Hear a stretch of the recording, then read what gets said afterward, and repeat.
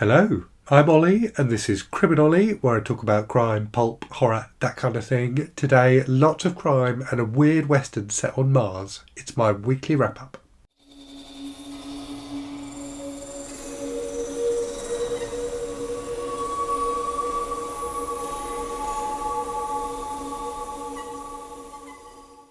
So before I start, I just wanted to say a welcome to new subscribers. So YouTube has found an older video of mine, one from a couple of years ago, where I talked about 5 crime writers who you can always rely on and who were very prolific. And loads of people have subscribed recently off the back of that video.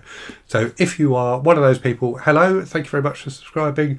Have a look around the channel. Hope you find some more stuff to enjoy. Okay, as you can probably hear, I've got a bit of a cold today, so I'm going to try and get through this video as quickly as possible and then go back to bed with a cup of tea. So I've got 3 books to talk to you about that I finished this week. So let's get on with those. So the first of those was Ask the Parrot by Richard Stark. So Richard Stark, a pseudonym for the crime writer Donald E. Westlake.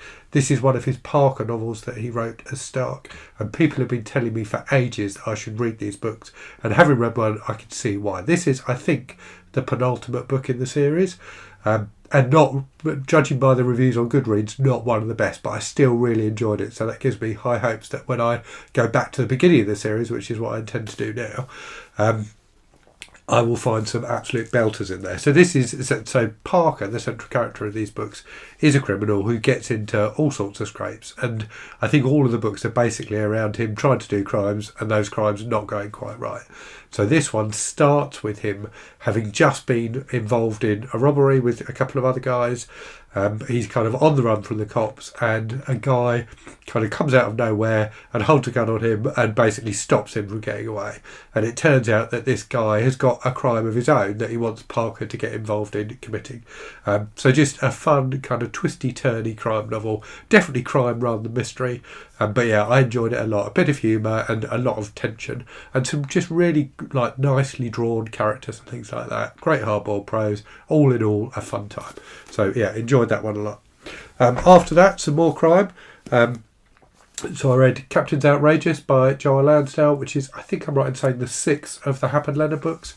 So I'll be honest, I didn't think this was quite as good as some of the other books in the series. It's got a lot of strengths of the other books in that Hap and Leonard are fantastic characters to spend time with. So they are 2 kind of guys in Texas who basically just kind of bum around.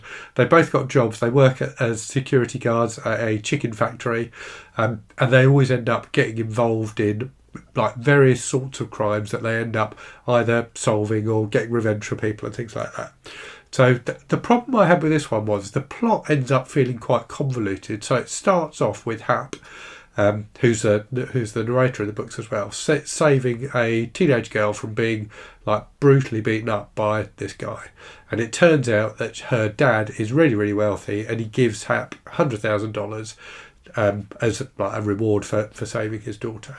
And Hap and Leonard then go on a cruise to Mexico, kind of, round the Gulf of Mexico. And from there, the plot kind of developed. So it just felt like there were a number of different things that have to happen for the plot to even get started. And I just found that the different parts of the book didn't quite link up as neatly as they could have. But it's still a really fun read. There's loads of humour in these books. It did genuinely have me laughing out loud at times. Hap and Leonard, really fun to spend time with. There's some really good action in here as well. So it was another good read, just not quite as good as the other Hap and Leonard books. After that, a completely different kind of book. So The Strange by Nathan Ballingrud. So I've heard great things about Nathan Ballingrud, and I can see why based on this. I enjoyed this a lot. So this is a really interesting mix of kind of Western and sci-fi and horror. It's got a bit of everything in it. It's set on Mars, but in the 1930s. So it's set in like this small town, which is like a settlement on Mars, which feels a lot like a town in kind of the late stages of the Old West. And it centres on this teenage girl and her father who run the diner there. The diner gets attacked by some terrible people, and the girl ends up going on a quest basically across Mars and discovering a load of stuff about kind of Martian history and things like that, and about the human occupation of Mars. It reminded me an absolute load of True Grit, the novel by Charles Portis, and I think that's deliberate. The central character in this book is very reminiscent of Matty Ross, the central character of True Grit, and there's a lot of similarities. So, like in True Grit, this book is written by the central character as an older woman looking back on her childhood and the events of her childhood. But yeah, just a really nice mix of different things. It had a lovely kind of tone to it. Really enjoyable to read, a bit of humour, a bit of horror, a bit of action, just everything you want in a novel really. So I enjoyed that enormously. Okay, so those are the three things I have finished. I'm continuing to read this beast of a book, Patricia Highsmith's Diaries and Notebooks. So I'm pretty much on track. I've said I want to read 30 to 35 pages of this a day in order to get through it in the month, and I'm slightly behind, but I think I'll catch up today. So I'm up to 1948 in Patricia Highsmith's life, and it's just really fascinating. It feels almost like you're spying on her because you are hearing her innermost thoughts through her diaries, but it's really, really interesting to completely immerse yourself in the life of someone else and the minutiae of her life as well as the big parts of her life. So Strangers on a Train, her debut novel, has not yet been published yet, where I've got to in the book, but it's kind of building up to that. She's writing it at the moment and trying to get it published. So yeah, it's really, really interesting, and it's very different from reading something like an autobiography where the writer can shape and can, I suppose, change their opinion of events over the years that have intervened between the events and them writing the book, but also shape and position them in a certain way. This feels much rawer than that. So a very, very interesting book. Also reading a couple of other things. So I started yesterday The Thorn by Colleen McCollough, which is my 1977 pick for the My Novel Life Challenge. So this is where I'm reading a novel from every year I've been alive in chronological order.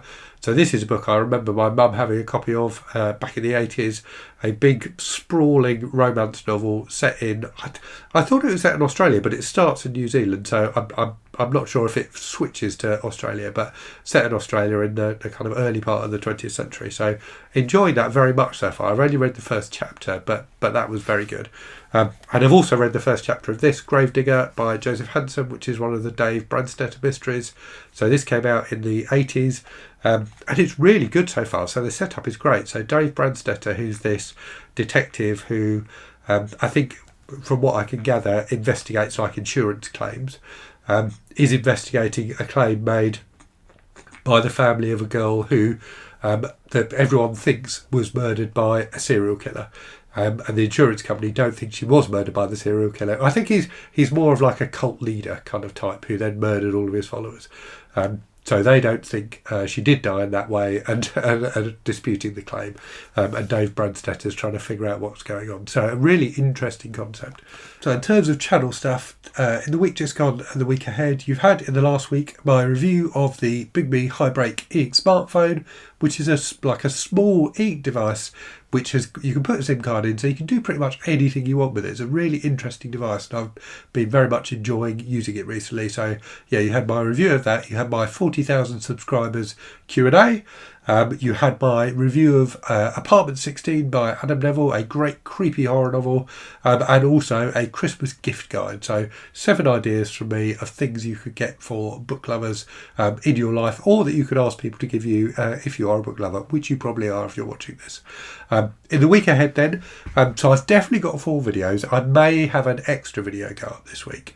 So I'm going to do a video on kind of a bit of a look back at 2024 and also my plans for 2025. I'm doing some separate videos which will go up the week after next, where I talk about like my top 10 books in different genres for 2024. So look out for those in a couple of weeks' time. You'll get my review of The Gathering by CJ Tudor, a really interesting kind of mix of mystery novel and vampire novel. You'll get a check-in video where I talk about how my Read What You Own challenge is going. So this is where I read 100 books I already own before I can buy any new ones. So I'm past book 20, so I did a kind of summary of how those first 20 books have gone.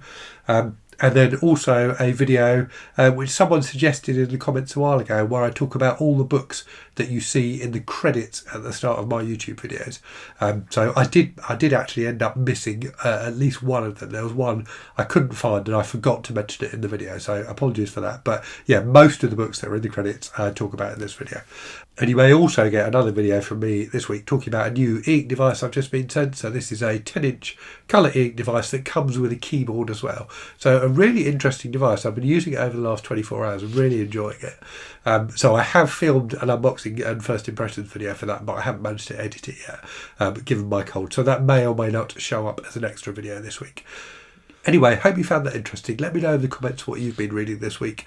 And as always, thanks very much for watching. I hope you're safe and well out there. Hope you're reading good stuff. And I'll speak to you again very soon.